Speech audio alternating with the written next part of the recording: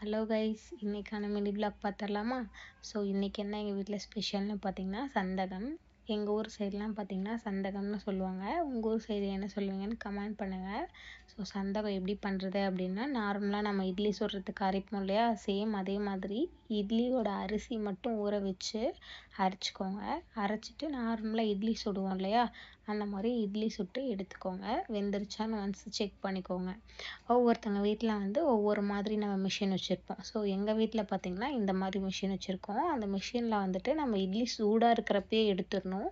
அது ஆறிடுச்சு அப்படின்னா நல்லா இருக்காது. ஸோ இட்லி சூடாக எடுத்து அப்படியே அந்த மிஷினில் போட்டு நம்ம புழிஞ்சோம் அப்படின்னா நமக்கு கீழே இந்த மாதிரி வந்து அந்த சந்தகம் ரெடியாகி வந்துடும். ஸோ அதை எடுத்து நம்ம ஒரு பக்கம் வச்சுக்கலாம். அதுக்கு காம்பினேஷனாக நம்ம என்ன ரெடி பண்ணுறோம் அப்படின்னு பார்த்திங்கன்னா தேங்காய் பால்.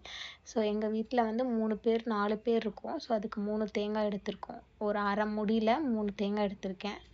ஸோ நல்லா எடுத்து அரைச்சிக்கோங்க. அரைச்சிட்டு அது கூட சேர்த்து ஒரு ஏலக்காய் போட்டுக்கோங்க. அரைச்சிட்டு நல்லா புழிஞ்சிக்கோங்க. கொஞ்சம் தண்ணி நல்லா சேர்த்திக்கோங்க. புழிஞ்சிட்டு அது கூட நம்ம வந்து எகைன் இன்னொரு டைம் அரைச்சிக்கோங்க. அரைச்சிட்டு எகைன் இன்னொரு டைம் கூட நம்ம புழிஞ்சிக்கலாம். புழிஞ்சிட்டு நல்லா வடிகட்டி எடுத்துக்கோங்க. ஏதாவது டஸ்ட் இருந்தாலும் நமக்கு வந்து அது தெரியாது இல்லையா. ஸோ நல்லா வடிகட்டிட்டு அடுப்பில் நம்ம கொஞ்சம் ஒரு 10 செகண்ட்ஸ் வந்து அந்த பால் ஹீட் ஆனால் போதும். ரொம்ப நேரம் வச்சு நம்ம வந்து சூடு பண்ணிடக்கூடாது.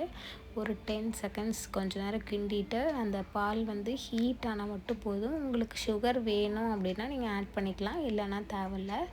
ஸோ நாங்கள் வந்து ஒயிட் சுகர் ஆட் பண்ணிக்கிட்டோம். ஆட் பண்ணி ஒன்ஸ் நல்லா கிண்டிக்கோங்க. It's good for health. அடிக்கடி வீட்டில் செஞ்சு சாப்பிடுங்க.